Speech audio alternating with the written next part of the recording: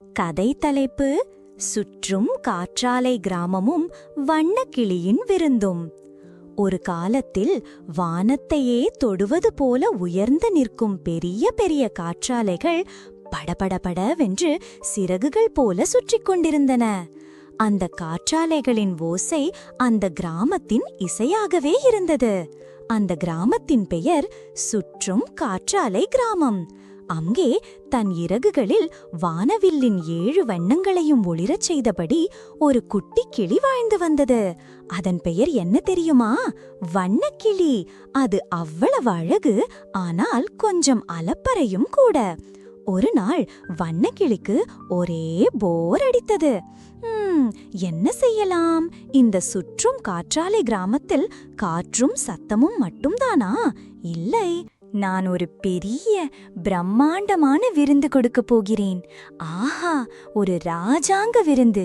இந்த கிராமத்தில் உள்ள அத்தனை உயிரினங்களுக்கும் விருந்து என்று கத்தியது.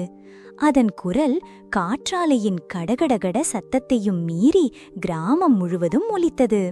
வண்ணக்கிளி அவ்வளவு சந்தோஷத்தில் தன் இறகுகளை படபடவென்று அடித்துக்கொண்டு ஒரு குட்டி விமானம் போல பறந்தது. விருந்து விருந்து என்று கத்திக்கொண்டே சென்றது. அது முதல்ல யார்கிட்ட போச்சு தெரியுமா? அந்த கிராமத்திலேயே ரொம்ப பெரிய, ரொம்ப சாதுவான பெரிய யானை கிட்டதான்.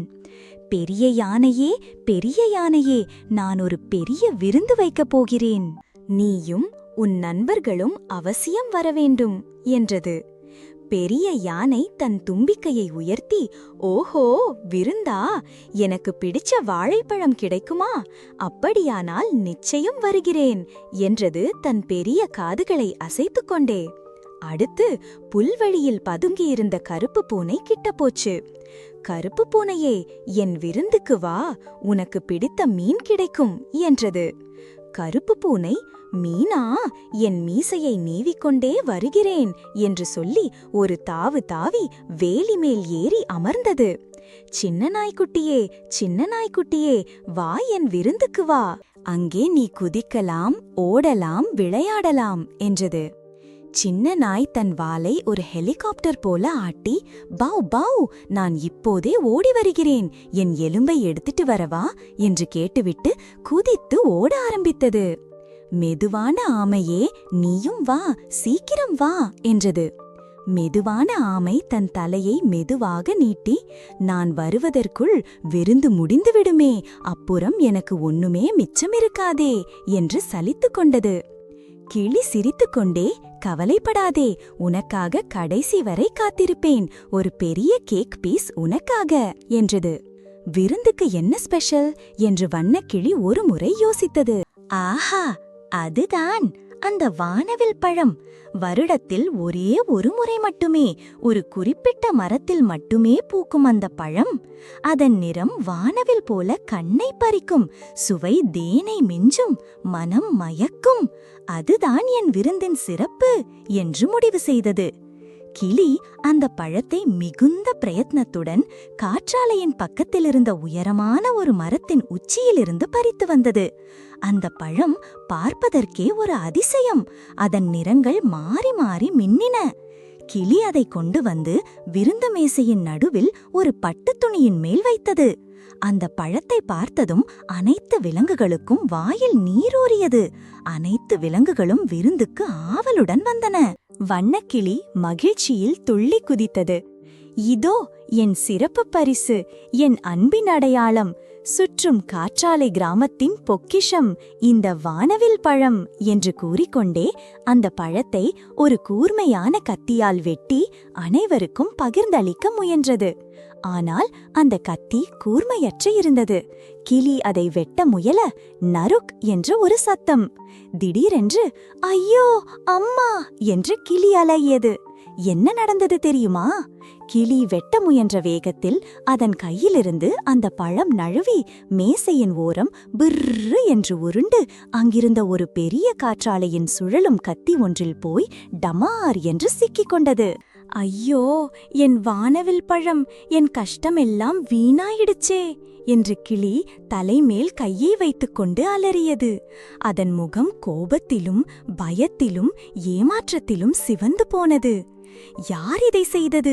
யார் என் பழத்தை வீழ்த்தியது? என் பழம், என் வானவில் பழம் என்று சத்தமிட்டது. அதன் கோபத்தை பார்த்து மற்ற விலங்குகளெல்லாம் நடுங்கிப் போயின. எல்லாம் என் கெட்ட நேரம் என்று புலம்பியது. பழம் காற்றாலையின் பெரிய கத்தியின் ஓரத்தில் சலசலவென்று ஆடிக்கொண்டிருந்தது. ஒரு நிமிடம் கீழே ஆற்றில் விழும்போல இருந்தது. மறுநிமிடம் மேல் நோக்கிச் சென்றது. காற்றாலை வேகமாக சுழன்று கொண்டே இருந்தது. பழம் எப்போது வேண்டுமானாலும் விழுந்துவிடும். பெரிய யானை தன் தும்பிக்கையை நீட்டி, நான் தும்பிக்கையால் எடுக்கிறேன், நான் பலசாலி என்று முயற்சி செய்தது. ஆனால் காற்றாலையின் கத்தி மிக உயரத்தில் சுழன்றது. யானையின் தும்பிக்கை உயரம் போதவில்லை. அது வெறுமனே காற்றில் ஆடியது. கருப்பு பூனை, நான் ஏறி பிடிக்கிறேன், நான் ஒரு சாகச வீரர் என்று கம்பீரமாக சொல்லி காற்றாலையின் தூண் வழியாக மின்னல் வேகத்தில் ஏறியது. ஆனால் காற்றாலையின் கத்தி சுர்ருர் என்று வேகமாக சுற்றியதால் அது ஒரு சுற்று சுற்றி, ஐயோ என் மீசை, என் அழகு மீசை என்று அலறிக்கொண்டு கீழே டமால் என்று விழுந்தது. அதன் வால் சுருண்டு ஒரு கணம் மயங்கி எழுந்தது. சின்ன நாய், நான் குரைத்து அதை விழச் செய்கிறேன், பௌ பௌ பௌ என்று சத்தமாக குரைத்தது. காற்றாலை சத்தம் அதிகமாக குரைத்தது போல இருந்தது. ஆனால் பழம் அசையவில்லை. அது பயந்து போய் தன் வாலை இடுக்கி ஒரு ஓரத்தில் பதுங்கியது. மெதுவான ஆமை, நான் மெதுவாக ஏறி பிடிக்கிறேன், சீக்கிரமே பிடித்து விடுவேன் என்று சொல்லி முதல் 1 இன்ச் கூட நகரவில்லை. அது வெறும் காற்றாலையின் அடிவாரத்திலேயே அமர்ந்திருந்தது. கிளிக்கு அதை பார்த்து இன்னும் கோபம் வந்தது. வண்ணக்கிளி கண்ணில் நீர் ததும்ப, யாரும் உதவ மாட்டீர்களா? என் அருமையான வானவில் பழம் போய்விடுமே, என் கனவெல்லாம் போச்சே என்று பயத்தில் நடுங்கியது. எல்லோருக்கும் என்ன செய்வதென்றே தெரியவில்லை. ஒரு பயங்கரமான அமைதி நிலவியது. பழம் கீழே விழப்போகும் சத்தம் அவர்களுக்கு கேட்டுக்கொண்டே இருந்தது. அப்போது அங்கே விருந்துக்கு வந்திருந்த குட்டி எலி ஒன்று மெதுவாக முன்னால் வந்தது. நான் செய்கிறேன் என்றது. வண்ணக்கிளி அதை பார்த்து சிரித்தது. நீயா? நீ என்ன செய்வாய்? சின்னஞ்சிறு எலியே, இந்த காற்றாலையின் உயரத்திற்கு நீ எப்படி போவாய்? பார்த்தால் தெரியும் என்றது எலி. அது காற்றாலையின் கீழே இருந்த ஒரு சிறிய ஓட்டைக்குள் சும்மா என்ற சத்தத்துடன் நுழைந்தது. எல்லோரும் ஆச்சரியத்துடன் வாயை பிளந்து பார்த்தார்கள். எலி உள்ளே சென்று காற்றாலையின் சிக்கலான இயந்திரங்களுக்குள் ஒரு திறமையான கம்ப்யூட்டர் நிபுணர் போல நுழைந்து ஒரு சிறிய கம்பி வழியாக மெதுவாக கவனமாக மேலே ஏறியது. யாருக்கும் தெரியாத வழி அது. அந்த பழம் இருக்கும் இடத்திற்கு அருகில் காற்றாலையின் கத்தியின் உட்பகுதியை அடைந்தது.